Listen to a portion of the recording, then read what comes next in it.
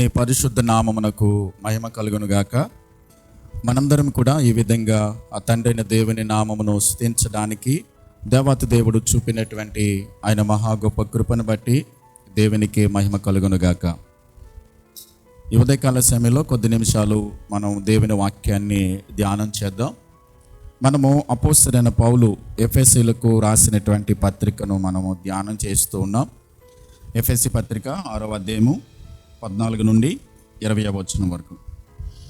ఎలాగనగా మీ నడుమునకు సత్యమును దట్టి కట్టుకొని నీతి అను మైమరువు తొడుగుకొని పాదములకు సమాధాన సువార్త వలనైన సిద్ధ మనస్సును జోడు తొడుగుకొని నిలవబడుడి. ఇవన్నీ గాక విశ్వాసమును డాలు పట్టుకునుడి. దానితో మీరు దుష్టిని అగ్ని బాణములన్నిటినీ ఆర్పుటకు శక్తిమంతులవుదురు. మరియు రక్షణయను శిరస్త్రాణమును దేవుని వాక్యమును ఆత్మఖడ్గమును ధరించుకునుడి. ఆత్మ వలన ప్రతి సమయమునందును ప్రతి విధమైన ప్రార్థనను విజ్ఞాపనను చేయొచ్చు. ఆ విషయమై సమస్త పరిశుద్ధుల నిమిత్తమును పూర్ణమైన పట్టుదలతో విజ్ఞాపన చేయొచ్చు. మెలకువగా ఉండుడి. మరియు నేను దేని నిమిత్తము రాయబారిన సంఖ్యలలో ఉన్నానో ఆ సువార్త మర్మమును ధైర్యముగా తెలియచేటకు నేను నోరు తెరిచినప్పుడు దానిని గూర్చి నేను మాట్లాడవలసినట్టుగా ధైర్యంతో మాట్లాడటకై వాక్శక్తి నాకు అనుగ్రహింపబడినట్లు నా నిమిత్తము పూర్ణమైన పట్టుదలతో విజ్ఞాపన చేయుచు మెలకువగా ఉండుడి. ప్రార్థన చేద్దాం. ప్రేమ కలిగిన మా ప్రియ పరలోకపు తండ్రి, కృపా కనికరములు కలిగినటువంటి గొప్ప దేవుడా, మహోన్నతుడవు, సజీవుడవు, శాశ్వతమైన ప్రేమతో మమ్మలను ప్రేమిస్తూ అనుదినము కూడా కనుపాప వలె మీ రెక్కల నీడలో మమ్మలను కాపాడుతున్న మా కన్న తండ్రి, మీ ఘనమైన నామమునకు స్తోత్రాలు ప్రభువా. తండ్రి, ఇంతవరకు మీ నామమును స్తుతించి ఘనపరిచి ఆరాధించడానికి మీరు మాకు కృపను అనుగ్రహించారు. తండ్రి, ఈ సమయంలో కొద్ది నిమిషాలు మీ వాక్యం నేర్చుకోవడానికి మీ పాద సన్నిధికి మేము వస్తూ ఉండగా మీ వాక్యము ద్వారా మాతో మాట్లాడండి.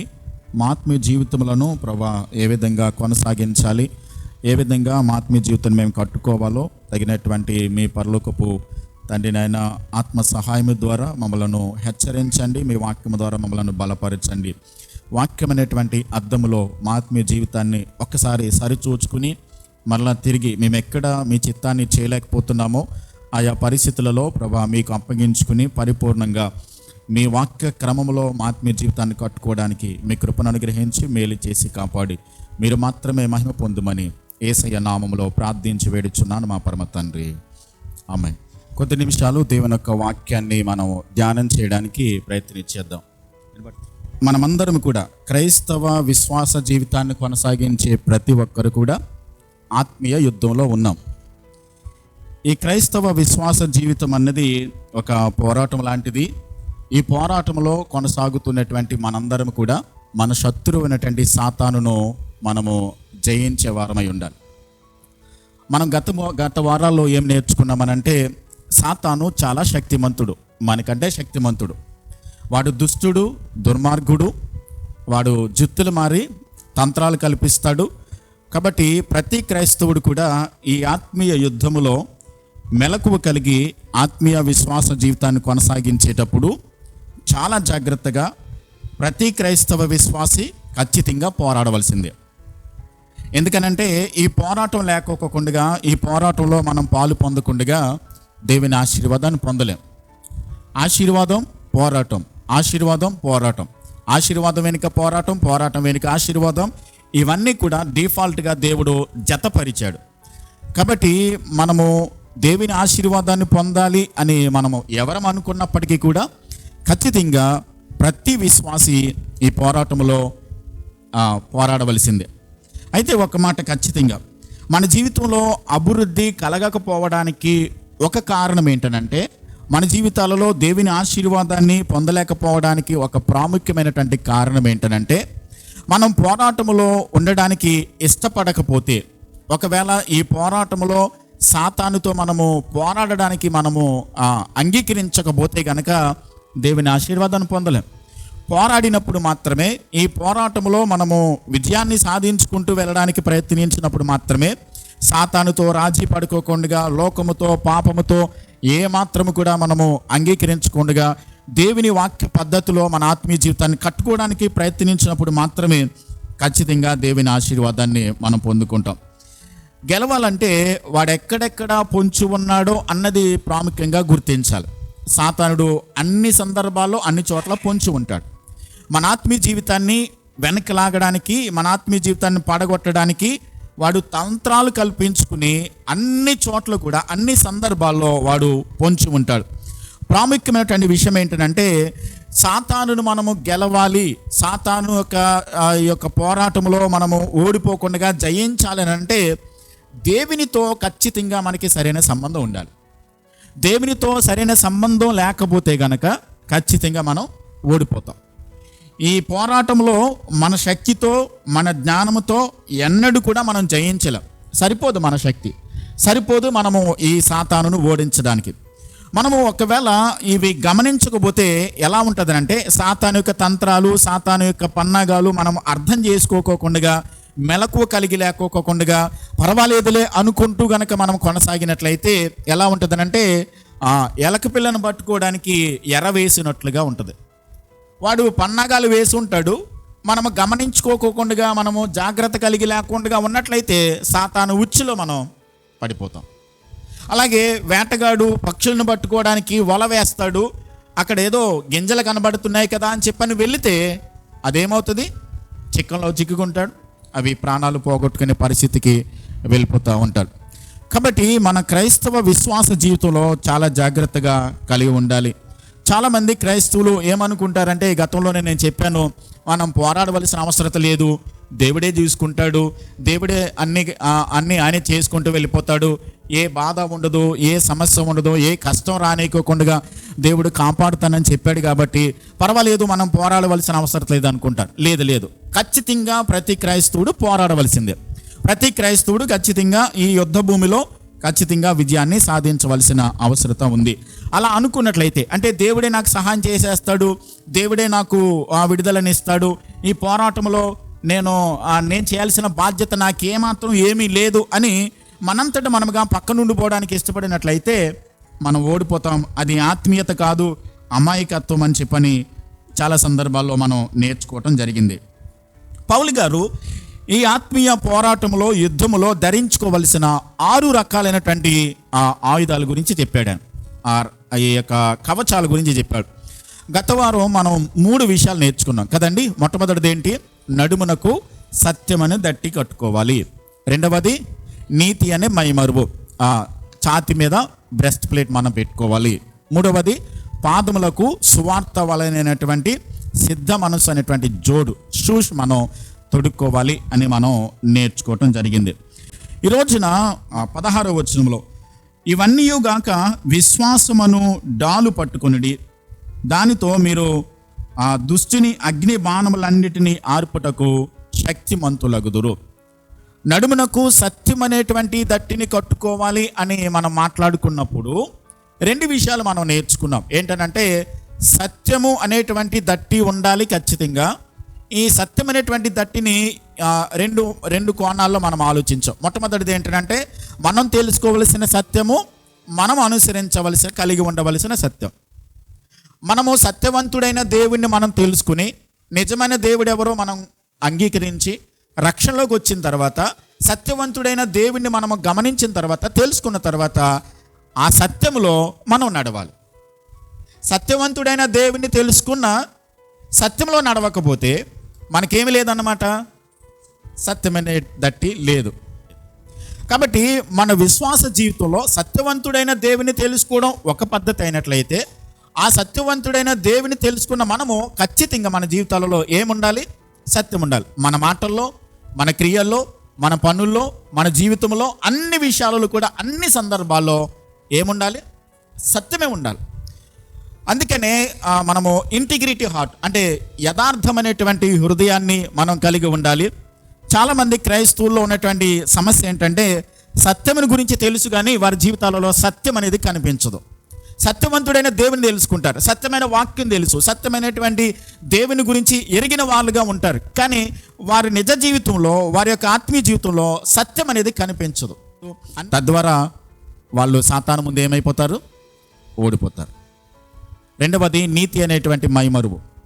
దేవుడు మనల్ని ఏం చేశాడు, నీతిమంతులుగా చేశాడు. మనకి నీతి లేదు. మన నీతి దేవునితో పోల్చుకుంటే అది ఏమాత్రం కూడా సరిపడేది కాదు. అయితే సాతాను చేసేటువంటి పని ఏంటంటే, నీవు నిజంగా నీతిమంతుడివేనా, నిజంగా నీవు నీతిని కలిగి ఉన్నావా, నీవు ఆ దేవుని రాజ్యాన్ని స్వతంత్రించుకుంటావా, నీ గతంలో నువ్వు చేసిన పాపాలు ఇవి, నువ్వు చేసినటువంటి పాపాల చిట్టా ఇదని చెప్పని గతంలో చేసినటువంటి ప్రతి పాపాన్ని మన కళ్ళ ముందుకు తీసుకుని వచ్చి గతాన్ని మనకు గుర్తు చేస్తూ ఉంటాడు. అయితే మనం ఏం చేసాం, మనం పాపంలో బ్రతుకుతున్నప్పుడు దేవుని దగ్గరికి వచ్చి మనం ఒప్పుకున్నప్పుడు యేసయ్య రక్తము మన ప్రతి పాపాన్ని కడిగి ఏం చేసింది, మనలను నీతిమంతులుగా చేసింది. అంటే ఎన్నడూ ఏ పాపము చేయని వ్యక్తులుగా దేవుడు మనలను ఎంచాడు కాబట్టి నీతిమంతులుగా చేయబడ్డాం. కాబట్టి ఆ నీతిమంతులుగా చేయబడిన మనమందరం కూడా నీతి అనేటువంటి క్రియలో, నీతిలో మనము నడుచుకోవలసినటువంటి అవసరం ఉంది.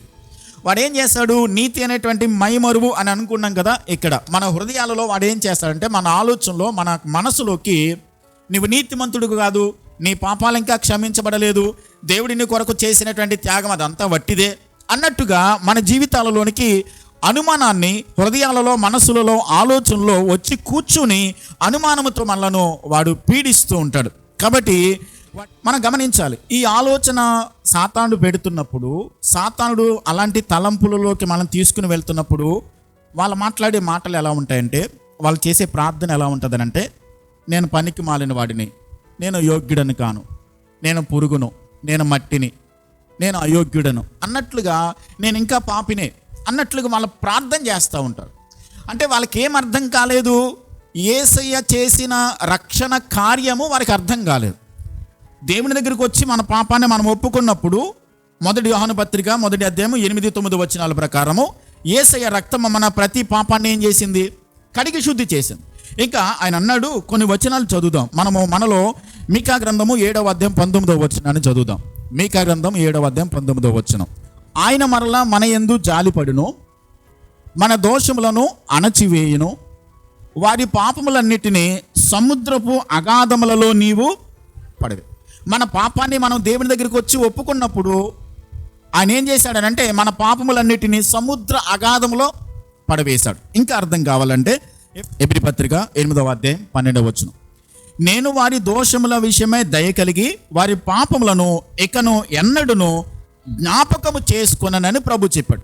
ఒక మాట మనం అర్థం చేసుకోవాలి, దేవుని దగ్గరికి వచ్చి నేను పాపిని అని నేను దేవుని దగ్గర పశ్చాత్తాపడి ఒప్పుకున్నప్పుడు మన ప్రతి పాపమును ప్రభు ఏం చేశాడంటే క్షమించి ఆ పాపములన్నిటిని కూడా సముద్రపు అగాధములో పడవేశాడు. ఇంకా ఆయన పాపములన్నిటిని కూడా జ్ఞాపకము చేసుకొనను అని చెప్పి దేవుడు చెప్పాడు. కాబట్టి సాతాను చేసే పని ఏంటంటే, నీ పాపములు ఇంకా క్షమించబడలేదు, నీ పాపములు ఇంకా దేవుడు కొట్టివేయలేదు, నీ పాపములు ఇంకా గతంలో చేసినవి అలాగే నిలిచి ఉన్నవి, నీవు నీతిమంతుడవు కాదు అన్నట్టుగా మన జీవితాలలోనికి ఈ ఆలోచన తీసుకొస్తూ వచ్చి ఉంటాడు. అలా చేసేటప్పుడు మనం చేయాల్సిన పని ఏంటంటే, కాదు నేను నీతిమంతుడనే, యేసు రక్తము నన్ను పవిత్రపరిచింది, యేసు రక్తము ద్వారా నేను కడగబడ్డాను, నా కొరకు చేసిన ఆయన రక్షణ కార్యము పూర్తిగా నా జీవితంలో నెరవేర్చబడింది అని మనము ఇలాంటి ఆలోచనతో దేవుని వాక్యముతో మనం బలం పొందుకున్నప్పుడు సాతానుని మనం ఎదిరించగలుగుతాం. లేకపోతే నా పాపములు క్షమించబడలేదనేటువంటి ఆలోచనలో సాతాను తీసుకొచ్చిన ప్రతిసారి కూడా ఏమవుతుందనంటే, నిజమేనేమో నా పాపములు పోలేదేమో, నిజంగా నేను క్షమించబడలేదేమో, ఆయన చేసిన రక్షణ కార్యము సరైనది కాదేమో, నేను పరలోకానికి వెళ్ళనేమో అన్న ఆలోచన, అనుమానం మనలో పుట్టిస్తుంటాడు. అందుకనే నీతి అనేటువంటి మైమరువు ఇవి ప్రాథమికంగా మనం కలిగి ఉండాలి. సత్యం అనే దట్టి ఉండాలి, నీతి అనే మైమరువు కలిగి ఉండాలి. అంటే మన హృదయాలలోనికి, మన మనసులోకి వీడు అనుమానం తీసుకురాకోకుండా వాటిని మనము ఎదిరించాలి. మూడవది, సువార్త వలనైనటువంటి సిద్ధ మనసు జోడుని మనం కలిగి ఉండాలి. ఖచ్చితంగా క్రైస్తవుడు సాక్షిగా ఉండాలి.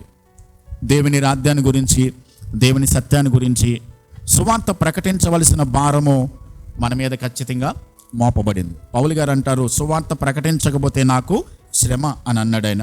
సువార్త ప్రకటించవలసిన భారం నా మీద మోపబడింది అని మనకి చెప్పబడింది. సంఘంలో మనం బలం పొందుకుంటాం కదండి, వాక్యాన్ని నేర్చుకుంటాం, బలం పొందుకుంటాం. బలం పొందుకున్న తర్వాత ఎందుకనంటే బయట ఉన్న వారిని లోపలికి తీసుకుని రావడానికి. మనం ఇక్కడ బలం పొందుకునేది ఎందుకు, బయటికి వెళ్ళి బలహీనులు ఉన్నారు చాలామంది, దేవుని తెలియని వాళ్ళు ఉన్నారు, దేవుడు అంటే ఎరగని వాళ్ళు ఉన్నారు, వాళ్ళని దేవుని రాజ్యంలోకి తీసుకుని రావడానికి ఇక్కడ మనం బలం పొందుకుంటున్నాం, వాక్యం అనేటువంటి బలాన్ని పొందుకుంటున్నాం. కాబట్టి పై చెప్పబడినటువంటి ఈ 3 ఆయుధాలు కూడా సత్యం అనే దట్టి, నీతి అనే మైమరువు, అలాగే సువార్త వలనటువంటి సమాధాన సువార్త వలన సిద్ధ మనసైనటువంటి జోడు, ఇవి మనకి ప్రత్యేకంగా ఉండవలసినవే. ఈ 3 ఖచ్చితంగా ఉండాలి. అయితే ఈ తర్వాత చెప్పబడినటువంటి మరొక 3 లక్షణాలు ఉన్నాయి చూసారా, 3 ఆయుధాలు ఉన్నాయి చూసారా, అవి ప్రత్యేకమైనవి. ఎలాగంటే చూద్దాం. చూడండి, మనము 16వ వచనం చదువుకున్నాం. ఇవన్నీగాక విశ్వాసమను డాలు పట్టుకునుడి, దానిలో మీరు దుష్టుని అగ్ని బాణములన్నిటినీ ఆర్పుటకు శక్తిమంతులగుదురు. మొదటి 3 కూడా ప్రాథమికంగా ఉండాల్సినవి. అవి ఎప్పుడూ ఉండాలి. ఇప్పుడు మనం యుద్ధానికి వెళ్ళేటప్పుడు షూస్ లేకోకుండా యుద్ధానికి వెళ్ళలేం, అంతే కదండి. సత్యమునను దట్టి లేకోకుండా మనం యుద్ధానికి వెళ్ళలేం. నీతి అనే మైమరువు లేకోకుండా మనం యుద్ధానికి వెళ్ళలేం. కానీ విశ్వాసము అనేటువంటి డాలు, ఈ డాలు గురించి మనం మాట్లాడుకునేటప్పుడు ఈ నీతి అనేటువంటి క్రియలు మనము అవసరమైనప్పుడు ఉండేది కాదు, ఎప్పుడు ఉండాలి. సత్యం అనేటువంటి దట్టి ఎప్పుడు మన జీవితాలలో ఉండాలి. సమాధాన సువార్త వలనటువంటి ఈ షూస్ మనం ఎప్పుడు ధరించాలి. అయితే విశ్వాసం అనేటువంటి డాలును మనం పట్టుకోవాలి. అంటే బాణము ఎప్పుడైతే వస్తుందో అప్పుడు మనం ఖచ్చితంగా ఏం చేస్తాడు సైనికుడు, డాలును ఉపయోగిస్తాడు కదా. బాణం వచ్చినప్పుడు మాత్రమే డాలు ఉపయోగిస్తాడు. మిగతా సందర్భాల్లో దానిని పక్కన పెట్టి మిగతా పనులు చేసుకుంటూ ఉంటాడు. అలాగే మనము విశ్వాసము అనేటువంటి ఈ డాలు పట్టుకున్నప్పుడు రోమీలు ఎక్కువగా వాళ్ళు వాడేటువంటి షీల్డ్ 2 రకాలుగా ఉంటాయి. ఒకటి రౌండ్గా ఉంటుంది, జస్ట్ చేత్తో పట్టుకుంటారు. రెండవది చాలా పెద్దగా ఉంటుంది, దీర్ఘ చతురస్రాకారంలో ఉంటుంది. 4 అడుగులు పొడవు ఉంటుంది, 2 అడుగులు వెడల్పు ఉంటుంది. దానిని చెక్కతో తయారు చేస్తారు. దానిపైన ఒక తోలు లాంటిది దాన్ని కవర్ చేస్తారు. ఫ్రేమ్ చుట్టూ కూడా ఐరన్ ఫ్రేమ్ ఉంటుంది అనమాట. చూడండి, అప్పుడప్పుడు పోలీసులు వాడుతూ ఉంటారు. అప్పుడప్పుడు ఎక్కువగా జనాలు వచ్చి వాళ్ళ మీద రాళ్ళు విసురుతున్నప్పుడు ఈ డాలు పట్టుకుని వాళ్ళు తమను తాము కాపాడుకోవడానికి, రక్షించుకోవడానికి డాలు ఉపయోగిస్తారు. రోమీలు చేసేటువంటి పని ఏంటంటే, పూర్వకాలంలో శత్రువులు ఏం చేసేవారు అని అంటే, బాణం వేసేటప్పుడు బాణమునకు ఒక దూది లాంటిది కట్టి దానిని కిరసనాయిల్లో ముంచి దానిని అగ్గి ముట్టించి దాన్ని వేసేవారు అనమాట. వేసినప్పుడు ఎప్పుడైతే ఇది చెక్కతో చేయబడింది కదా డాలు, ఈ అగ్గితో వచ్చింది దాన్ని గుచ్చుకుంటే ఖచ్చితంగా అది ఏమైపోతుంది, కాలిపోతుంది. అందుకని ఈ డాలు పట్టుకున్నటువంటి సైనికుడు ఏం చేసేవాడంటే దానిని నీటిలో ముంచుకొని పట్టుకుని వెళ్ళేవాడు.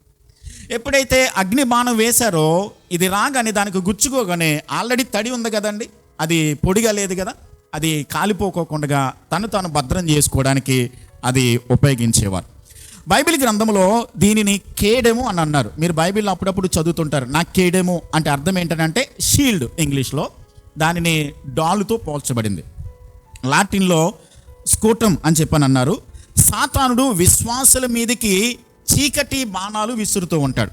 చీకటి అని అంటే ఏదో మనం అనుకున్నటువంటి భౌతిక సంబంధమైన చీకటి కాదు.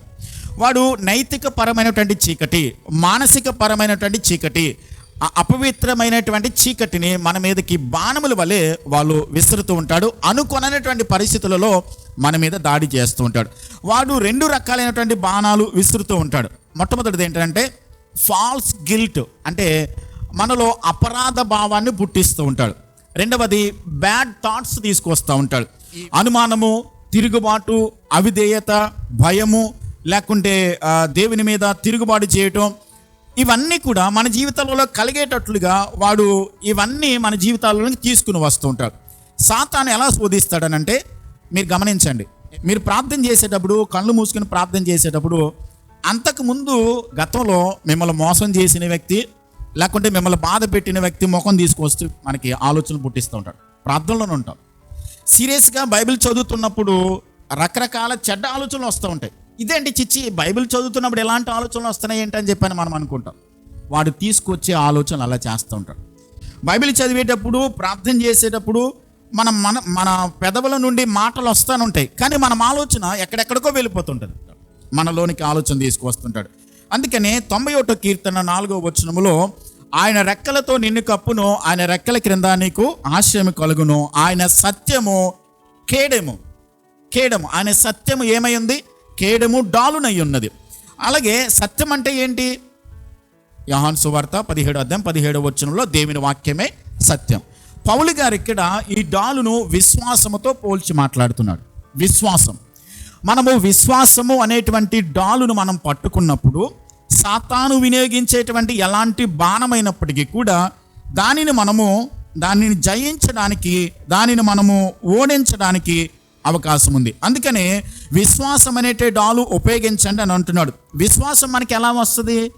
రోమీయులకు రాసిన పత్రిక 10వ అధ్యాయం 17వ వచనం, కాగా వినటం వలన విశ్వాసం వస్తుంది. దేనిని వినటం వలన? దేవుని వాక్యాన్ని వినడం వలన మనలోనికి విశ్వాసం వస్తుంది. ఆ విశ్వాసం అనేటువంటి డాలును మనం పట్టుకుని, ఇవంతా కూడా ఒక అలంకార రూపంలో చెప్పబడ్డది. కాబట్టి మనం ఏదో చెక్కతో పట్టుకున్న డాలు పట్టుకుని భౌతిక సంబంధంగా వెళ్ళడం కాదు, ఆత్మ సంబంధంగా. ఇది ఫిజికల్ యుద్ధం కాదు, ఇది స్పిరిచువల్ వార్ఫేర్లో మనం ఉన్నాం. కాబట్టి ఆత్మ సంబంధమైన యుద్ధంలో ఉన్నప్పుడు వాక్యాన్ని మనం విని, వాక్యాన్ని మనం చదువుతున్నప్పుడు వాక్యము ద్వారా మనకి విశ్వాసం వస్తుంది. ఈ విశ్వాసాన్ని స్థిరంగా, స్ట్రాంగ్గా మనం కలిగి ఉన్నప్పుడు సాతాను తీసుకొచ్చేటువంటి అగ్ని బాణములు, సాతాను తీసుకొచ్చేటువంటి భయాలు, సాతాను తీసుకొచ్చేటువంటి అనుమానాలు, సాతాను తీసుకొచ్చేటువంటి అపవిత్రమైన ఆలోచనలు, ప్రార్థన చేసేటప్పుడు, వాక్యం చదివేటప్పుడు, ఇవన్నీ కూడా మన జీవితాలలోనికి తీసుకొచ్చేటువంటి ప్రయత్నాలు సాతాను చేసినప్పుడు విశ్వాసం కనుక మనకి స్థిరంగా ఉండగలిగితే, విశ్వాసంలో కనుక మనము గట్టిగా ఉండగలిగినట్లయితే అప్పుడు మాత్రమే సాతానుని మనం ఓడించగలుగుతాం. సామెతల గ్రంథము 30వ అధ్యాయం 5వ వచనంలో ఒక మాట రాయబడింది, దేవుని మాటలన్నీ పుటము పెట్టబడినవే, ఆయనను ఆశ్రయించు వారికి ఆయన కేడెము. కేడెం అంటే ఏంటి? మనం మాట్లాడుకుంటున్నాం షీల్డ్, డాలు కదండి, డాలు. చాలామంది చెప్పే మాటలు ఎలా ఉంటాయంటే, నేను పవిత్రంగా జీవించాలనుకుంటున్నాను కానీ నా వల్ల కావట్లేదు, దేవునిలో ఎదగాలనుకుంటున్నాను కానీ నా వల్ల కావట్లేదు, దేవునిలో ఇంకా బలం పొందుకోవాలని అనుకుంటున్నాను కానీ అది నాకు జరగట్లేదు అని చెప్పానంటే ఒక్క మాట ఏంటనంటే, మనకి సరిపడనంత వాక్యము మన విశ్వాస జీవితంలో లేదని అర్థం. అంటే దేవుని వాక్యం ఎంతగా మనలో స్టోర్ అయి ఉంటుందో, ఎంతగా మనం మన జీవితాలలో అన్వయించుకుంటామో, దేవుని వాక్యాన్ని ఎంతగా మన జీవితాలలో భద్రం చేసుకుంటామో, అదే స్థాయిలో విశ్వాసం కూడా స్థిరంగా ఉండగలుగుతాం. అంటే వాక్యము మనలో స్థిరంగా లేనప్పుడు, బలంగా నాటబడి ఉండకపోయినప్పుడు, ఏమండి, దేవుని కొరకు మనం బ్రతకాలి, దేవునిలో ఈ విశ్వాసంలో స్థిరంగా ఉండాలంటే వాక్యము తప్ప, వాక్యపు పునాది మీద విశ్వాస జీవితాన్ని కట్టుకోవడం తప్ప ఇంక వేరే మార్గము ఏమీ లేదు. అప్పుడప్పుడు మనం వింటూ ఉంటాం, ఏమండి వీడు ఎంత తిన్నా కానీ అలాగే ఉంటున్నాడండి, ఈ అమ్మాయి ఎంత తిన్నా కానీ ఇలాగే సన్నగానే ఉంటుందండి అని చెప్పానంటే, తింటున్నాడా లేదని అంటే వాళ్ళ అమ్మగారు నాన్నగారు చెప్తారు, ఏమని? తింటున్నాడండి, ఇంతే తింటాడండి. ఇంతే తినడం వల్ల ఏమవుతుంది? శక్తి సరిపోవట్లా. తింటున్నాడా అంటే తింటున్నాడా లేదా వాస్తవం అంటే వాస్తవమే తింటున్నాడు, కానీ తినాల్సినటువంటి బలం పొందుకోవడానికి అవసరమైనటువంటి దాన్ని తినట్లేదు. అలాగే మనం బైబిల్ చదువుతూ ఉన్నాం, మనం అని చెప్తూ ఉంటాం, ఏమండి ప్రతిరోజు నేను బైబిల్ చదువుతున్నానండి, ప్రతిరోజు ప్రార్థన చేస్తున్నానండి అంటే విశ్వాసము స్థిరంగా ఉండడానికి, సాతాను వేసే బాణములను జయించడానికి తగినంత వాక్యము మనలో లేదు. చదువుతున్నాం, చేస్తూ ఉన్నాం ప్రార్థన, కానీ తగినంతగా మనలో లేదు. కాబట్టి సాతాను బాణం వేసినప్పుడు, సాతాను అనుమానాలు తీసుకొచ్చినప్పుడు, సాతాను భయాలు తీసుకొచ్చినప్పుడు, సాతాను అపవిత్రమైన తలంపులు మనలోకి తీసుకొచ్చినప్పుడు ఆ విశ్వాసము సరిపడినంతగా లేదు. కాబట్టి ఆ విశ్వాసం రావాలంటే మనలో సరిపడినంత వాక్యం లేదు. కాబట్టి మనలో స్థిరమైనటువంటి విశ్వాసం లేదు, ఓడిపోతూ ఉన్నాం. కాబట్టి మన జీవితాలలో ఈ విశ్వాసము అనేటువంటి డాలును మనం ఖచ్చితంగా కలిగి ఉండాలి. విశ్వాసం ఎలా వస్తుంది? వాక్యాన్ని బట్టి. కాబట్టి ఎక్కువగా దేవుని వాక్యాన్ని చదవడం, ఎక్కువగా దేవుని వాక్యాన్ని ధ్యానించడం, ఎక్కువగా దేవుని వాక్యముతో సంబంధాన్ని కలిగి ఉండడం, ఎక్కువగా దేవుని యొక్క మాటలను మనం వినటం ఉండడం. గమనించండి, మనము వాడి సాతానుడు జిత్తులు మారి ఎలాగైనా సరే వాడు పన్నాగాలు వేస్తాడు. ఏ రకంగానైనా సరే, ఎలాంటి వ్యక్తినైనా సరే వాడేసుకుంటాడు, ఎలాంటి పరిస్థితినైనా సరే వాడు వాడుకుంటాడు. వాడు ఎలాగైనా సరే మన మీదకి అటాక్ చేయడానికి వాడు బాణాలు వేస్తూ ఉంటాడు. కొన్ని సందర్భాల్లో మన ఆత్మీయ జీవితాన్ని సరిగా కొనసాగిస్తున్నప్పుడు ఎవరినో ఉపయోగించుకుని వాడు ఏం చేస్తాడంటే, వాళ్ళు రెచ్చగొట్టి మన ఆత్మీయ జీవితంలో మనము ఆ విశ్వాసాన్ని విడిచిపెట్టేసి పక్క వెళ్ళిపోయే విధంగా వాడు ప్రయత్నం చేస్తూ ఉంటాడు. దేవుని వాక్యము అనేటువంటి ఈ డాలును మనము విశ్వాస జీవితంలో కలిగి ఉండాలి. ఈ షీల్డ్ చేసేటువంటి పని, డాలు చేసే పని ఎలా ఉంటుందని అంటే, ఈ మనలను కాపాడుతూ ఉంటుంది కదండి. శత్రు మన మీదకి వచ్చినప్పుడు మనలను తట్టుకోవడానికి, బాణాలు వేసినప్పుడు తట్టుకోవడానికి ఉపయోగపడుతుంటుంది, భద్రతనిస్తుంది. మరొకటి ఏంటంటే సజీవుడైనటువంటి దేవుని మీద మనకు ఉండేటువంటి నమ్మకాన్ని ఏమన్నారంటే డాలు అని చెప్పని అన్నారు. ఇది అర్థం కావాలనంటే పాత నిబంధన గ్రంథంలో మనము 14వ అధ్యాయంలో చూసినట్లయితే లోతును సొదొమ గొమొర పట్టణం నుంచి కొంతమంది రాజులు ఏం చేశారంటే పట్టుకుని వెళ్ళిపోయారు అబ్రహాము యొక్క తమ్ముడు కుమారుని.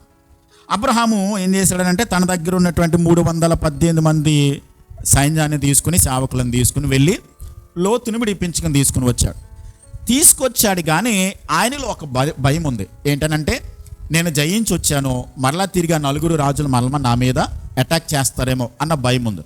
అలాంటి సందర్భంలో దేవుడు ఆయనకి కనబడి ఒక మాట చెప్పాడు. చదువుదాం చూడండి, ఆదికాండం 15వ అధ్యాయం. ఇవి జరిగిన తరువాత యెహోవా వాక్యము అబ్రహామునకు దర్శనమిచ్చి, అబ్రామా భయపడకము, నేను నీకు ఏమై ఉన్నాను? కేడము, అంటే నేను నీకు డాలుగా ఉన్నాను, నీ బహుమానము అత్యధికమగునని చెప్పాను. అబ్రహాము భయపడుతూ ఉన్నప్పుడు ఆయనకు దేవుడు ప్రత్యక్షమై ఏం చెప్తున్నాడంటే, అబ్రహాము నువ్వు భయపడవసరం లేదు, ఎందుకంటే నేను నీకు ఎలా ఉన్నాను? కేడముగా ఉన్నాను. ప్రభు ఇక్కడ చెప్తుంది ఏంటనంటే, ఈ 4 రాజులను జయించి వచ్చావు కదా, వాళ్ళు నీ మీదకి రారు అని ప్రభు చెప్పలా. రావచ్చు, కానీ నేను నీకు ఎలా ఉంటాను? వాళ్ళు నీ మీదకి వచ్చినా నిన్ను ముట్టలేరు, వాళ్ళు నీ మీదకు వచ్చినా నిన్నేమీ చేయలేరు. ఎందుకని? నేను నీకు కేడముగా ఉన్నాను, నేను నీకు డాలుగా ఉన్నాను, నేను నిన్ను సంరక్షిస్తాను, నేను నిన్ను కాపాడుతాను, కాబట్టి నువ్వు భయపడవద్దు అని చెప్పని ధైర్యం చెప్తూ వాగ్దానాన్ని ప్రభు చెప్తామన్నాడు. ఏమనంటే నీ బహుమానము అత్యధికమగునని దేవుడు అక్కడ వాగ్దానం చేసినట్లుగా మనం చూస్తూ ఉన్నాం.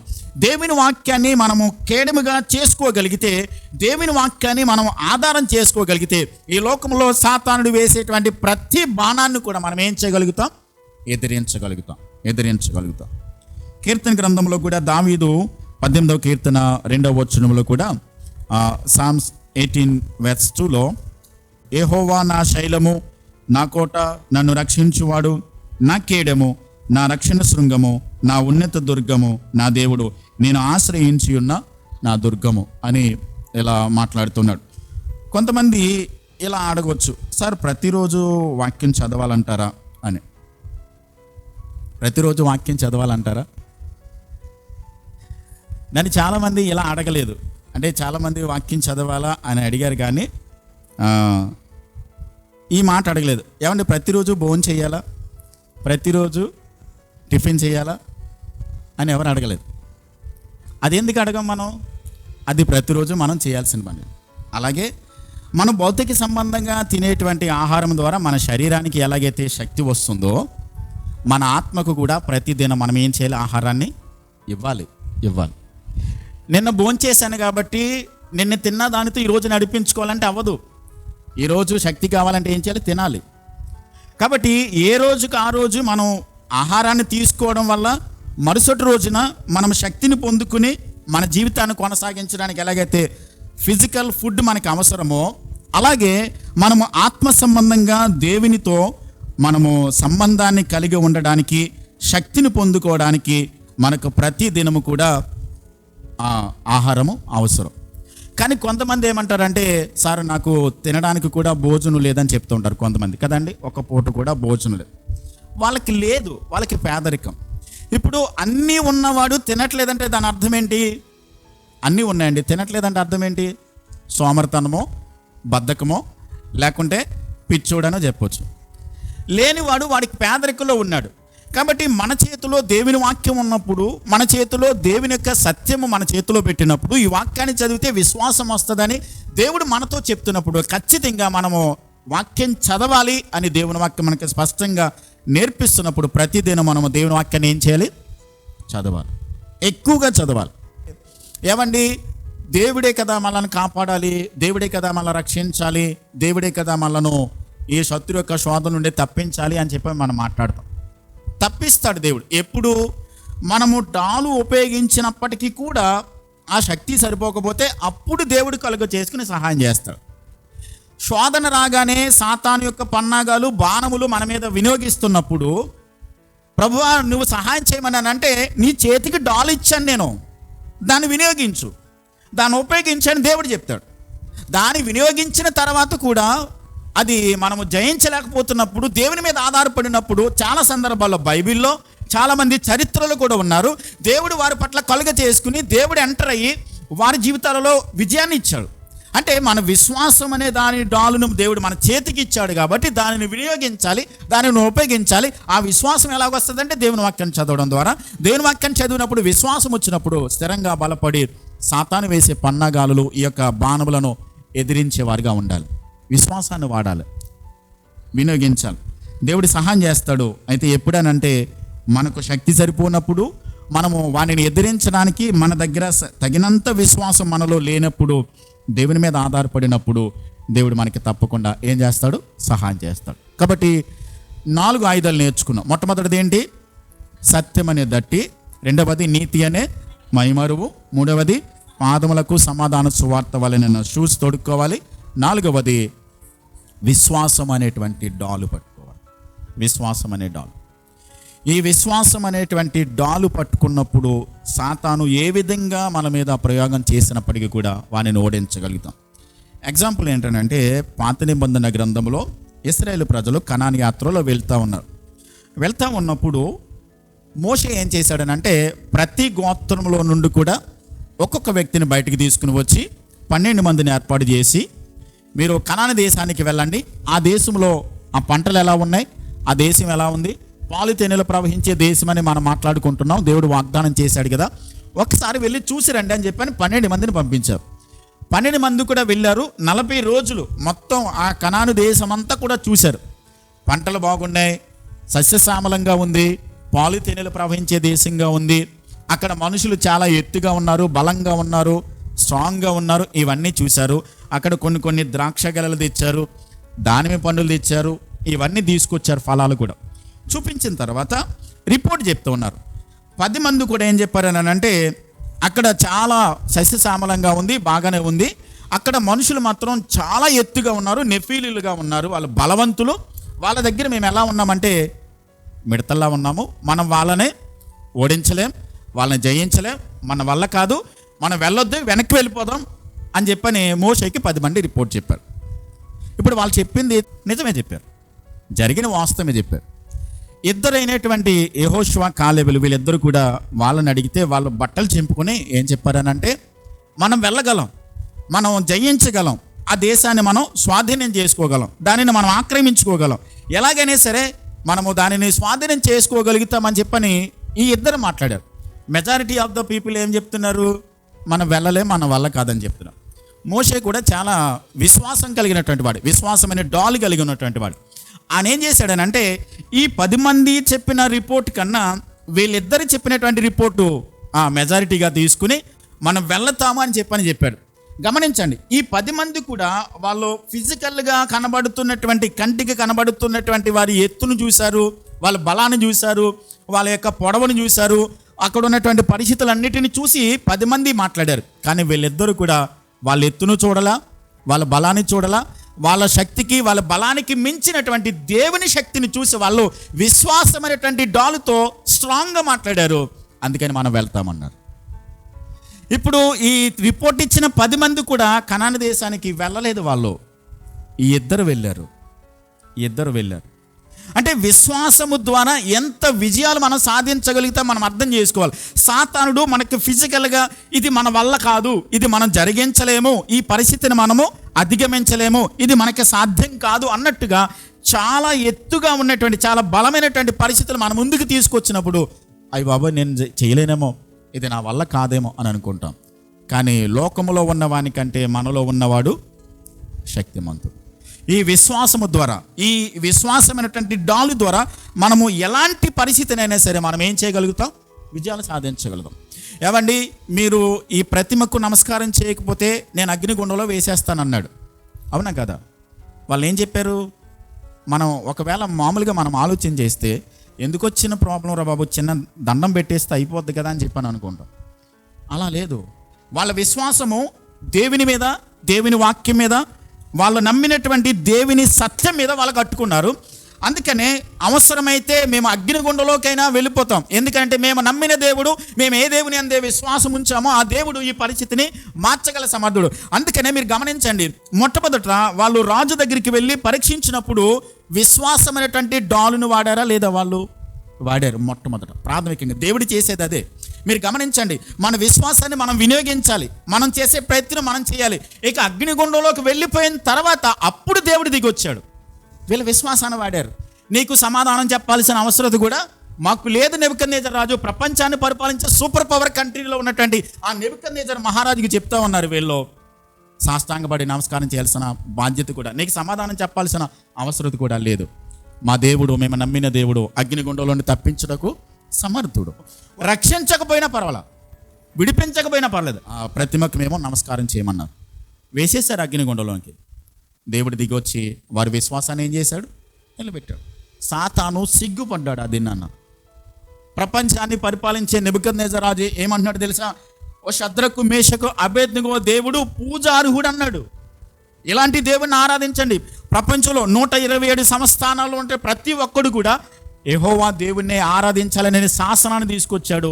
వాళ్ళు విశ్వాసం అనే డాలు వాడారు, విశ్వాసాన్ని రుజువు చేశారు, స్థిరంగా నిలబడ్డారు. దేవుని నామం ఏం చేయబడింది? మహిమపరచబడింది.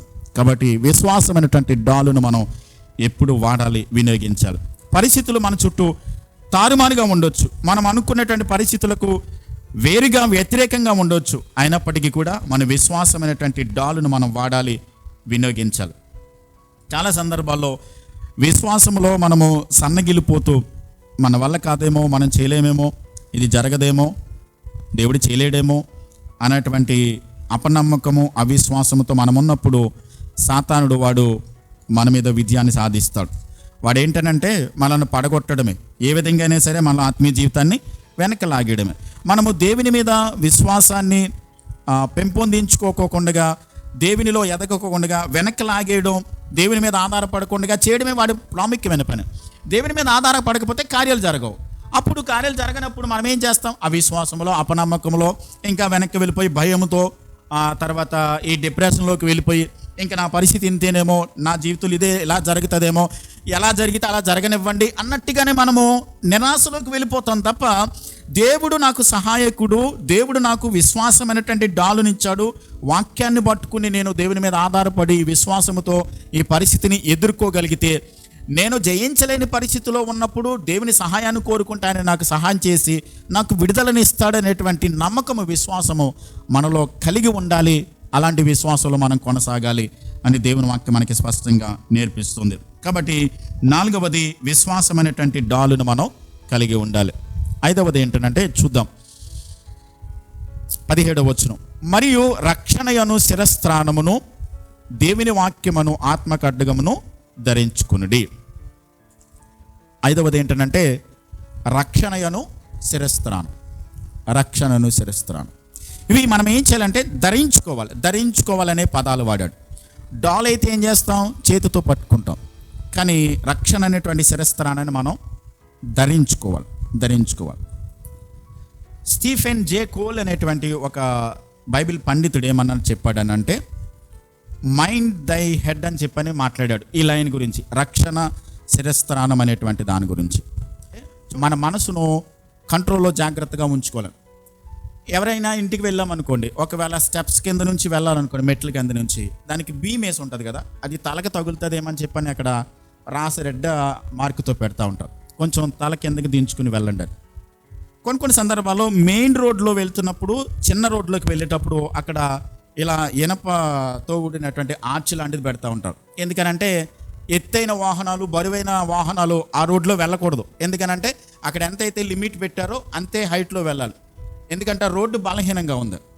బ్రిడ్జి ఎక్కేటప్పుడు కూడా కొన్ని సందర్భాల్లో దానికి ఇలా గేట్ లాంటిది పెడతా ఉంటారు. ఎత్తైన వాహనాలు హైట్కి మించిది, 5 అడుగులకి మించి వాహనాలు వెళ్ళకూడదు, అదే లిమిట్తో వెళ్ళాలని చెప్పాను. ఎందుకని? బ్రిడ్జి బలహీనంగా ఉన్నది అని చెప్పాను. ఇలాగా ఎందుకు అలా మాట్లాడారంటే, మన మనస్సును అన్ని సందర్భాల్లో కూడా చాలా జాగ్రత్తగా కంట్రోల్గా ఉంచుకోవాలి అన్నది దేవుని వాక్యం చెప్పేటువంటి సత్యం. రక్షణ అనేటువంటి ఈ యొక్క శిరస్త్రాణమును మనము ధరించుకోవాలి. మన ఆలోచనలు ఎక్కడుంటున్నాయి, మనము ఎక్కడ ఆలోచిస్తున్నాము, ఎలాంటి ఆలోచనలు మన మనసులో మనం కలిగి ఉన్నామో అనేది మనము ఎప్పటికప్పుడు గమనించుకోవాలి. ఎందుకని రక్షణ అనే శిరస్త్రానాన్ని ధరించాలనంటే, రక్షింపబడినటువంటి ప్రతి వ్యక్తి కూడా ఆలోచన విధానాలు ఎలా ఉన్నాయి, సాతాను ఒక విశ్వాసిని పడగొట్టాలని అంటే వాడు చేసే పని ఏంటనంటే మన మైండ్ మీద వాడు ఫోకస్ చేస్తాడు, మన ఆలోచనను. ఇప్పుడు ఒక మాట అండి, మన దేహముతో అంటే శరీరంతో చేసేటువంటి పాపాలన్నిటికీ కూడా, శరీరంతో పాపం జరిగించామంటే ఆ ఆలోచన ఎక్కడి నుంచి వచ్చింది? మొట్టమొదటిగా మైండ్లో రాకోకుండా శరీరంతో మనం పాపం చేయం కదండి. ఆలోచన అనేది మన మనసులోకి వచ్చినప్పుడు తలంపు అనేది అక్కడ ప్రారంభించబడింది కాబట్టి అక్కడ ఆ ఆలోచనలు కనుక మనము కంట్రోల్ చేసుకోగలిగితే, స్వాధీనం చేసుకోగలిగితే, మన మనసులోనికి సాతాను తీసుకొచ్చేటువంటి ప్రతి విధమైన ప్రతికూల ఆలోచనలు, అపవిత్రమైన ఆలోచనలు, లేకుంటే రకరకాల చెడ్డ ఆలోచనలు మనలోకి తీసుకొచ్చినప్పుడు వాటిని జయించడానికి ఈ రక్షణ అనేటువంటి శిరస్త్రానాన్ని మనం ధరించుకోవాలి. తలను కొట్టేసామనుకోండి, మనిషిని కొట్టేసినట్టే. సైన్యంలో రాజుని చంపేశారనుకోండి, సైనికులందరూ కూడా ఇంకా బానిసలు అయిపోవలసిందే. అలాగే మన మైండ్ని కనుక వాడు స్వాధీనం చేసుకోగలిగితే, వాడి కంట్రోల్లోకి వెళ్ళిపోతే మన సర్వ శరీరాన్ని కూడా వాడు ఎవరి చేతిలో ఉంది? సాతాను చేతులకు వెళ్ళిపోయినట్టు. కాబట్టి మన మైండ్, మన ఆలోచనలు, మన తలంపులు ఏ విధంగా ఉంటున్నాయి అన్నది ఒక్కసారి మనము జాగ్రత్తగా ఆలోచించుకోవాలి. కాబట్టి జోనథన్ ఎడ్వర్డ్స్ అనేటువంటి ఒక ఆయన ఏమన్నాడంటే, నీ ఆలోచనలే నీ గమ్యాన్ని నిర్ణయిస్తాయి అని అంటాడు. నీ మైండ్లో నీవు నిర్ణయించుకున్న నిర్ణయాలు, నీవు తీసుకున్నటువంటి ఆలోచన నిర్ణయాలు నీ వ్యక్తిత్వాన్ని నిర్ణయిస్తాయని చెప్పానంటాడు. ఒకవేళ ఎవరైనా తరచుగా కోపపడుతూ ఉన్నట్లయితే తాను సెల్ఫిష్గా ఆలోచిస్తున్నాడని అర్థం. ఎందుకని? మనకు రావాల్సినటువంటి గౌరవం దక్కనప్పుడు, మన గురించి తక్కువగా ఆలోచించినప్పుడు, ఎవరైనా మనం పట్టించుకున్నప్పుడు, లేకుంటే ఎవరైనా మనకి ఇవ్వాల్సిన గౌరవం ఇవ్వనప్పుడు మనం ఏమనుకుంటామనంటే, సాతాను ఏం చేస్తాడో తెలుసా? చూడు నీ గురించి వాళ్ళు తక్కువగా ఆలోచిస్తున్నారు, నీకు ఇవ్వాల్సిన గౌరవం ఇవ్వలేదు, నిన్ను తక్కువగా చూశారు, నీకు ఇవ్వాల్సిన కుర్చీ ఇవ్వలేదు, నీకు ఇవ్వాల్సినటువంటి గౌరవం ఇవ్వలేదు అని చెప్పండి. సాతాను ఏం చేస్తాడనంటే మనలోకి ఆలోచన తీసుకొస్తాడు. అప్పుడు ఏమవుతుంది? రెచ్చిపోయి మనం గట్టిగా మాట్లాడతాం, అందుకని కోపం తెచ్చుకుంటాం. అంటే సాతాను ఏం చేస్తాడు? ఎప్పుడైతే మనలో ఈ కోపం అనేటువంటి లక్షణం ముందు చూసారో, వాడి కోపాన్ని తీసుకొచ్చి మనలో పెట్టడు, కానీ ఆ కోపాన్ని, దానిని ఏ విధంగానే సరే రెచ్చగొట్టి, దానిని ఏ విధంగానైనా సరే స్వాధీనం చేసుకుని మనలో ఆ పరిస్థితిలో నుండి మనలను రెచ్చగొట్టడానికి వాడు పరిస్థితులను తీసుకొస్తూ ఉంటాడు. కొన్ని సందర్భాల్లో మనకి రకరకాల చెడ్డ ఆలోచనలు తీసుకొస్తూ ఉంటాడు, అపవిత్రమైన ఆలోచనలు తీసుకొస్తుంటాడు. అపవిత్రమైన ఆలోచనలు తీసుకునేటప్పుడు వాడు ఏం చేస్తాడనంటే, మనలో ఉన్నటువంటి బలహీనతలు, మనలో ఉన్నటువంటి చిన్న చిన్న లోపాలు ఏవైతే ఉన్నాయో, మనలో ఉండే కోపం కావచ్చు, మనలో ఉండేటువంటి అపవిత్రమైన ఆలోచనలు కావచ్చు, లేకుంటే మనలో ఉన్నటువంటి ఒకవేళ సోమరితనం కావచ్చు, మనలో ఉన్నటువంటి బద్ధకం కావచ్చు, ఇవన్నీ కూడా మన జీవితాలలో చిన్న చిన్న బలహీనతలు కలిగి ఉన్నాం కాబట్టి వాటిని పట్టుకుని వాడు ఏం చేస్తాడనంటే కొత్త దాన్ని తీసుకొచ్చి మనం శోధించడు, మనలో ఉన్న బలహీనతలే వాడు తీసుకొచ్చి. గతంలో ఇంతకుముందు ఒకవేళ త్రాగేవాడు అనుకోండి, వాడికి ఎలాంటి శోధన తీసుకొస్తాడు? త్రాగుడు అనేటువంటి ఆలోచన తీసుకొచ్చి మరలా తిరిగి ఆ పాపంలోకి వెళ్ళిపోవడానికి వాడు ప్రేరేపణ తీసుకొస్తూ ఇలా చేస్తూ ఉంటాడు. కాబట్టి మన మైండ్ని వాడు కంట్రోల్ తీసుకోవడానికి వాడు స్వాధీనం చేసుకోవడానికి ప్రయత్నం చేస్తాడు. అలాంటప్పుడు మనం చేయాల్సినటువంటి పని ఏంటంటే, మన మైండ్ను కనుక కంట్రోల్లో పెట్టుకోగలిగితే మన సర్వ శరీరాన్ని కంట్రోల్లో ఉంచుకోగలుగుతాం. నీ ఆలోచన విధానం, మనం చూసే దృక్పథం ఎప్పుడైతే మారిపోతుందో, ఇక సాతానుడు ప్రతిసారి కూడా ఏదో ఒక బాణాన్ని మన మీద విసురుతూనే ఉంటాడు. మరి వాటిని తిప్పికొట్టడం ఎలాగా? సాతానుడు మన మీద ఎలాంటి ఆలోచన చేస్తూ ఉన్నప్పుడు, ఇలాంటి పనులు చేస్తున్నప్పుడు, మన ఆలోచనలు ఎప్పుడైతే పాడైపోయినావో, మన చెడ్డ ఆలోచనలు కాస్త ఏమవుతాయంటే మన చెడ్డ క్రియలుగా మారిపోతాయి. ఏవైతే చెడ్డ పనులు చేశామో కొంతమంది జీవితాలలో ఆ చెడ్డ పనులు అలవాటుగా మారిపోతాయి. ఆలోచనలు ఉంటాయి, ఆలోచనలు క్రియలు అవుతాయి, ఆ క్రియలు కాస్త అలవాటుగా మారిపోతాయి. కాబట్టి మనము ఆలోచనలోనే మొట్టమొదట దానిని జయించగలిగితే అలవాటుగా మారిపోయేటువంటి అవకాశం ఉండదు. కాబట్టి ఆలోచన తీసుకొచ్చినప్పుడే దాని మీద మనము విజయాన్ని సాధించగలిగితే అది మనం క్రియలు చేసుకుంటూ వెళ్ళిపోతే అలవాటుగా మారిపోకుండా దేవుడు మనకి సహాయం చేస్తాడు. అందుకనే మొదటి కీర్తనలో మనం ఏం చదువుకుంటాం? దుష్టుల ఆలోచన చొప్పున నడవద్దు.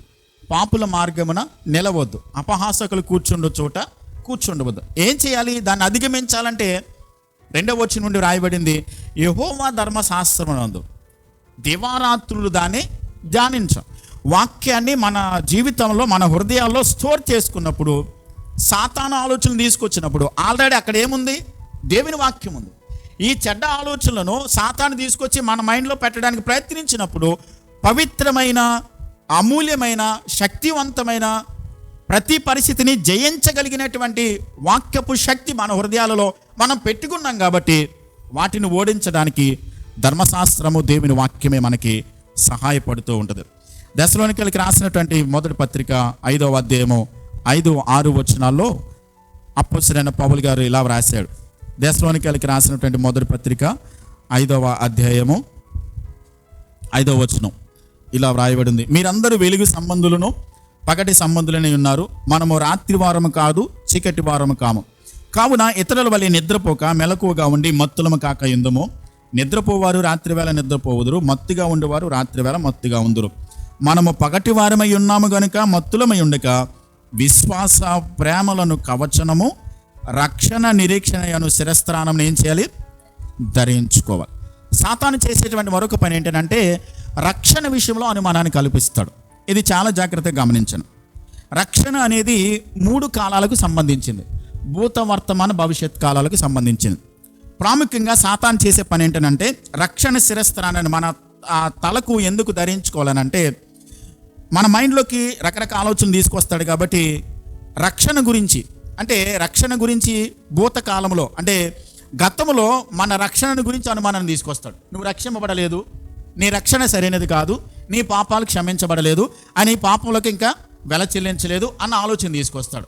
అలాంటి సందర్భాలు మనకి ఏమనిపిస్తుంది అంటే అవునేమో నా పాపాలు ఇంకా క్షమించబడలేదేమో. అప్పుడప్పుడు గతంలో మనం చేసిన పాపాలు మనకి గుర్తుకు తీసుకొస్తూ ఉంటాడు. మనం ఇందాకే చదువుకున్నాం, పాపాలన్నిటిని కూడా ఒప్పుకున్నప్పుడు ఆయన సముద్ర అగాధంలో పడివేశాడు, ఇక అన్నడు కూడా జ్ఞాపకం చేసుకుని అని చెప్పేశాడు. కాబట్టి మన పాపలను క్షమించాడైనా తన వీపు పైన వెనక్కి వేసుకున్నాడు, ఇంకా దాన్ని గుర్తు చేసుకోడాడు. కానీ సాతాను ఏం చేస్తాడంటే గతంలో చేసినటువంటి పాపాలు తీసుకొచ్చి నీ రక్షణ సరైనది కాదు, నువ్వు రక్షింపబడలేదు, దేవుని రాజ్యానికి వెళ్ళలేవు, దేవుని రాజ్యాన్ని స్వతంత్రించుకోలేవు అని చెప్తూ ఉంటాడు. వాక్యం ఏం చెప్తుంది? మన పాపమునకు రావలసిన పెనాల్టీ ఆఫ్ సిన్, పాపం యొక్క వెలనంతటిని కూడా ఆయన ఏం చేశాడు? చెల్లించేశాడు. కల్వరి శిలువలో గుడ్ ఫ్రైడే రోజున మనం నేర్చుకున్నాం, మన పాప భారమునంతటిని కూడా ఆయన మీద వేసుకుని పాపముగా చేయబడి మనము పొందవలసిన ఆ శిక్షణ అంతటి కూడా ఆయన భరించి తీసివేశాడు. కాబట్టి తీసివేసిన తర్వాత మనము మన పాపమును దేవుని దగ్గర ఒప్పుకున్నప్పుడు ఆయన పాపాన్ని క్షమించాడు. నేను పరిశుద్ధుడను, నీతిమంతునిగా చేయబడ్డాను, దేవుడు నన్ను రక్షించాడు అని చెప్పని వాక్యాన్ని బట్టి మనం నమ్మాలి. యోహాను సువార్త 1వ అధ్యాయం 12వ వచనంలో తన్ను ఎందరు అంగీకరించారో వారందరూ కూడా దేవుని కుమారులగట్టుకు దేవుడు ఏం చేశాడు? అధికారాన్ని ఇచ్చాడు. రోమిలికి రాసిన పత్రిక 8వ అధ్యాయం 1వ వచనం ప్రకారం కాగా క్రీస్తు యేసునందున్న వారికి ఏ శిక్షా విధి కూడా లేదు. యోహాను సువార్త 5వ అధ్యాయం 44వ వచనం ప్రకారము దేవుని నమ్మిన వారు మరణములో నుండి జీవంలోనికి ఏం చేశారు? వాళ్ళు దాటి ఉన్నారు. అంటే ఇవన్నీ కూడా దేవుని వాక్యంలో దాచిపెట్టాడు. కాబట్టి నా రక్షణ ఖచ్చితమైనది, నేను రక్షింపబడ్డాను. గమనించండి, రక్షణ ఖచ్చితమైనది కాకపోతే అనుమానంలో ఉంటే మన పరలోకానికి వెళ్ళాం. గుర్తుపెట్టుకోండి, రక్షణ నిశ్చయత కావాలి. అందుకనే పేతురు రాసిన మనం పేతురు పత్రిక ధ్యానం చేసేటప్పుడు మీ పిలుపును ఏర్పాటును మీరు నిశ్చయం చేసుకోండి చెప్పాడు.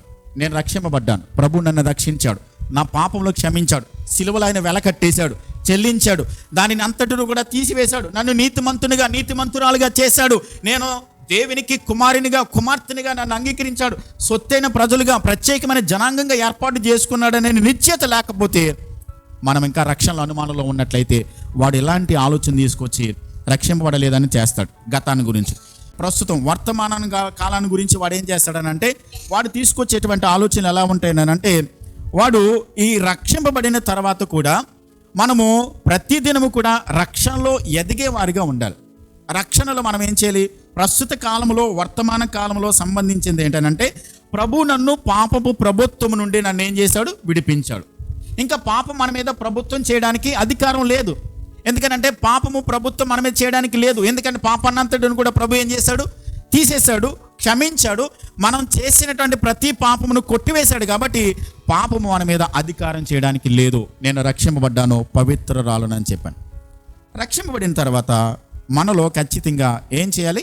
రక్షణలో మనము ఎదిగేవారుగా ఉండాలి. పుట్టిన ప్రతిది కూడా ఖచ్చితంగా ఏం చేస్తుంది? ఎదుగుద్ది. జీవమున్న ప్రతిది కూడా ఖచ్చితంగా ఏం చేస్తుంది? ఎదుగుద్ది. కాబట్టి మనం రక్షింపబడ్డాము. గతములో, భూతకాలములో, గతించిన కాలములో మన పాపాన్నంతటిని కొట్టివేసి రక్షించాడు కాబట్టి మనం బ్రతికించబడ్డాం. పాపముల చేత, అపరాధముల చేత చచ్చిన వారిగా ఉన్న మనలను ప్రభు ఏం చేశాడు? రక్షించి బ్రతికించాడు. బ్రతికించబడిన మనము రక్షణలో ఏం చేయాలి? ఎదుగుతూ ఉండాలి.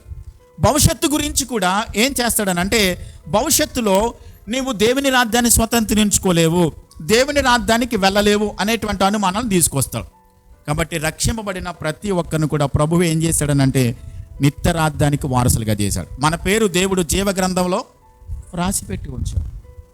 ఒక్కసారి పరిశుద్ధ గ్రంథంలో అంటే జీవ గ్రంథంలో మన పేరు వ్రాయబడిన తర్వాత పరలోక రాజ్యానికి సంబంధించినటువంటి ఆ నిశ్చయత, ఆ కన్ఫర్మేషన్ దేవుడు మనకిచ్చాడు. రక్షింపబడ్డాం. మన గత పాపాలు క్షమించబడ్డాయి, రక్షణలోకి వచ్చాం.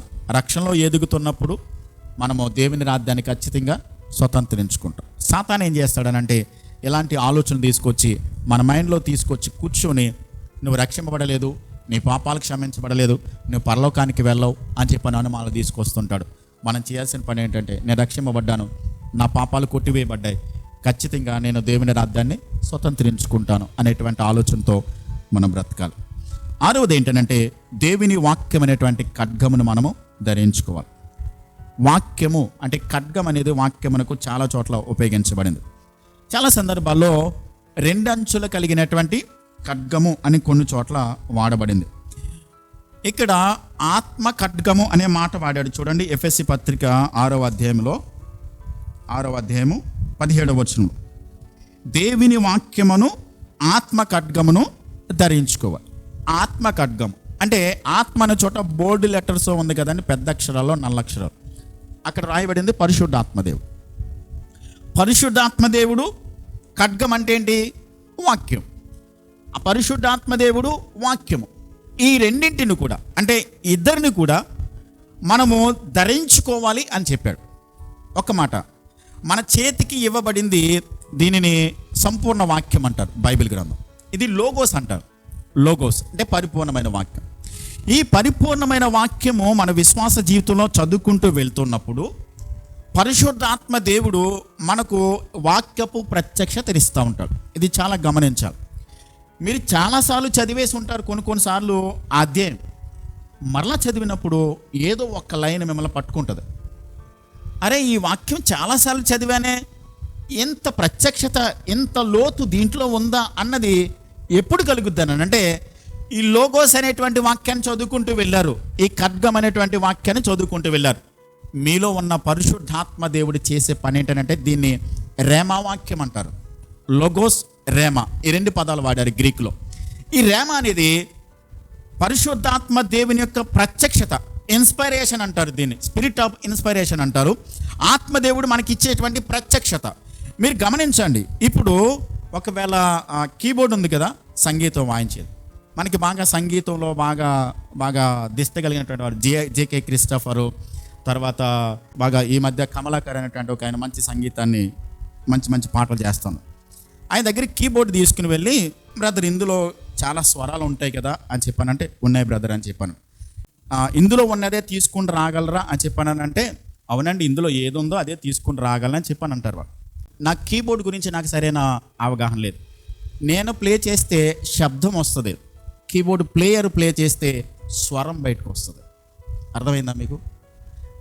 తెలియనటువంటి వ్యక్తి ప్లే చేస్తే శబ్దం వస్తుంది, ఏదో శబ్దం వస్తుంది, అంతేగాని తెలిసిన వాడు, దానిలో ఉన్న స్వరాలు తెలిసిన వాడు ప్లే చేస్తే సంగీతం వినసంపుగా వస్తుంది.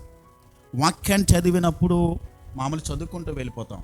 ఆత్మదేవుడు ప్రత్యక్షతనిస్తే ఒక్క వాక్యం చదువుతున్నప్పుడు సంగీతము వచ్చినట్లుగా అద్భుతమైనటువంటి అవగాహన, లోతులోకి వెళ్ళి ఆలోచించగలిగినటువంటి ఆత్మ నడిపింపును ఆత్మదేవుడు ఇస్తాడు మనకి. ఆత్మ ఖడ్గం అంటే అదే. ఆత్మదేవుని సహాయాన్ని తీసుకుని ఆత్మదేవుని యొక్క శక్తి ద్వారా శోధనలో పడిపోకుండా ఈ ప్రతి పరిస్థితిలోనూ కూడా వాక్యం మనకు అర్థం కావాలంటే, రేమా వాక్యముగా మనకి దేవుని వాక్యపు ప్రత్యక్షత కలగాలనంటే దేవుని ఆత్మ సహాయం మనకు కావాలి. ఆత్మ సహాయం లేకోకుండా. మనము వాక్యం చదివేటప్పుడు, మొట్టమొదటిగా బైబిల్ చదివేటప్పుడు మీరు ప్రార్థన చేయండి, ప్రభా మీ వాక్యం చదువుతున్నాను, నాకు అర్థమయ్యే విధంగా నాకు సహాయం చేయండి. ఆత్మదేవుని కనుక మనం ప్రక్కన పెట్టుకుని చదివినట్లయితే ఖచ్చితంగా వ్రాయించింది ఎవరు? ఆత్మదేవుడే. కాబట్టి ఆయన మనకు అర్థమయ్యే విధంగా ఈ లోగస్గా ఉన్నటువంటి ఈ వాక్యాన్ని రేమా వాక్యముగా ప్రత్యక్షత అనుగ్రహించినప్పుడు, లోతైన సత్యాలు మనకి నేర్పించినప్పుడు, మనము ఈ ఆత్మ ఖడ్గాన్ని మనం పట్టుకుని ఉన్నప్పుడు, ఖడ్గం పట్టుకున్నట్లయితే శత్రు మన మీదకి వస్తే వాడిని ఏం చేయగలుగుతాం? ఓడించగలుగుతాం.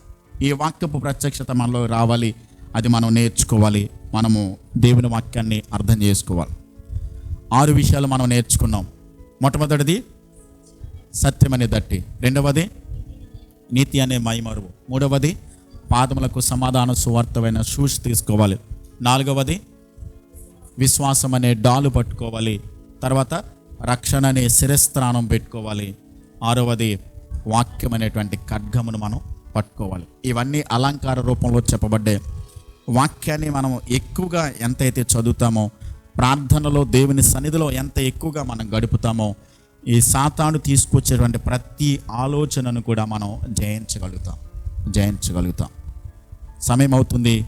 ఇంకా చివరి మాటలో ఆయన ఏం చెప్పాడనంటే, ఒక మాట చదువుకుని నేను ముగిస్తాను. 18వ వచనం చదువుదాం.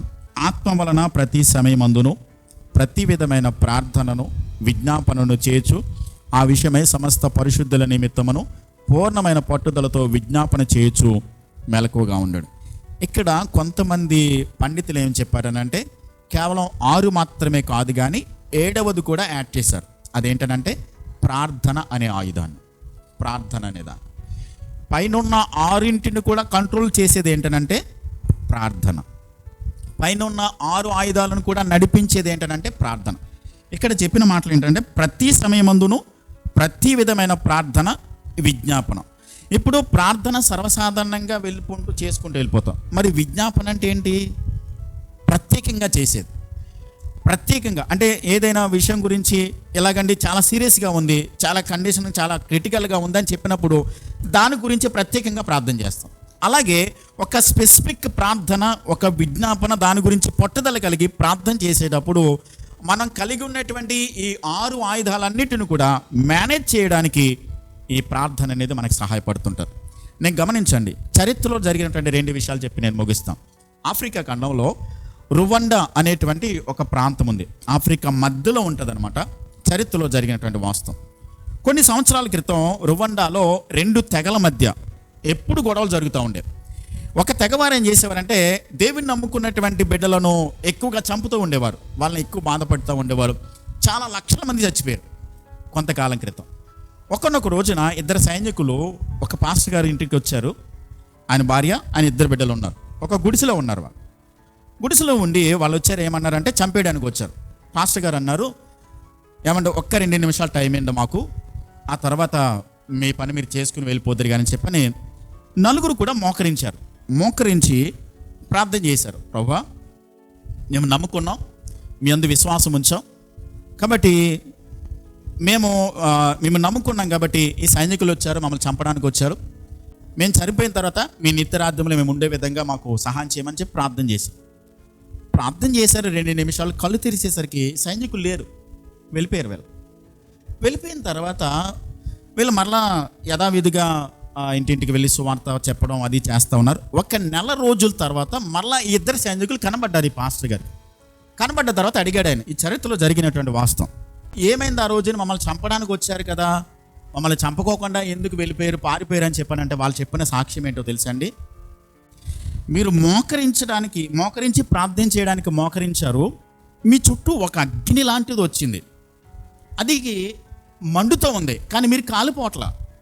మీ చుట్టూ కూడా ఆ అగ్ని ఏం చేసిందంటే మమ్మల్ని కాల్చడానికి వచ్చింది, అందుకని మేము తట్టుకోలేక పారిపోయామేమని చెప్పారు. ప్రార్థన ఏం చేస్తుందంటే మనలను ప్రొటెక్ట్ చేస్తుంది. కాబట్టి వాళ్ళు చెప్పినటువంటి మాట ఇది వాస్తవంగా జరిగింది. అంతేకాదు జాన్ జీ ప్యాటన్ అనేటువంటి ఆయన న్యూ హైబ్రిడ్స్ అనేటువంటి ఒక ఐలాండ్కి చెందినటువంటి ఒక ఐలాండ్లో ఒక దీవి ఉంటుంది కదా, ఆ దీవిలో ఆయన ఉండేవాడు. తన భార్య అలాగే తన పరిచర్యకి వెళ్ళారు, వాళ్ళిద్దరు కూడా పరిచర్యకి వెళ్ళారు. వెళ్తే అక్కడ ఉన్నటువంటి ఒక జాతి, అంటే ఆ జనజాతులు వాళ్ళు ఏం చేశారంటే ఒక పూరి గుడిసెలో ఉన్నారు వీళ్ళు. అరే ఈ పాస్టర్ గారిని ఇలా గుడిసెలో పెట్టి తగలబెట్టేద్దామని చెప్పని కిరసనాలు పోయిండ్రని చెప్పన్నారు. కిరసనాలు పోసేశారు, చేశారు, మాట్లాడుకున్నారు. లోపల ఉండి వీళ్ళు ప్రార్థన చేస్తున్నారు. ప్రార్థన చేస్తూ, ప్రభా ఇదిగో మీ కొరకు మేము ఎలాగైనా సరే ప్రాణం పెట్టడానికైనా సిద్ధంగా ఉన్నాం, ప్రభా వీళ్ళతో మాట్లాడండి, వీళ్ళు దర్శించండి అని చెప్పని వాళ్ళు ప్రార్థన చేశారండి. ప్రార్థన చేసిన తర్వాత ఆ గుడిసె కాలేదు, బయటకు వచ్చేసారు వీళ్ళు. జరిగిపోయింది. సంవత్సరం తర్వాత ఈ జనజాతులకు లీడర్ అయినటువంటి ఆయన కలిశాడు.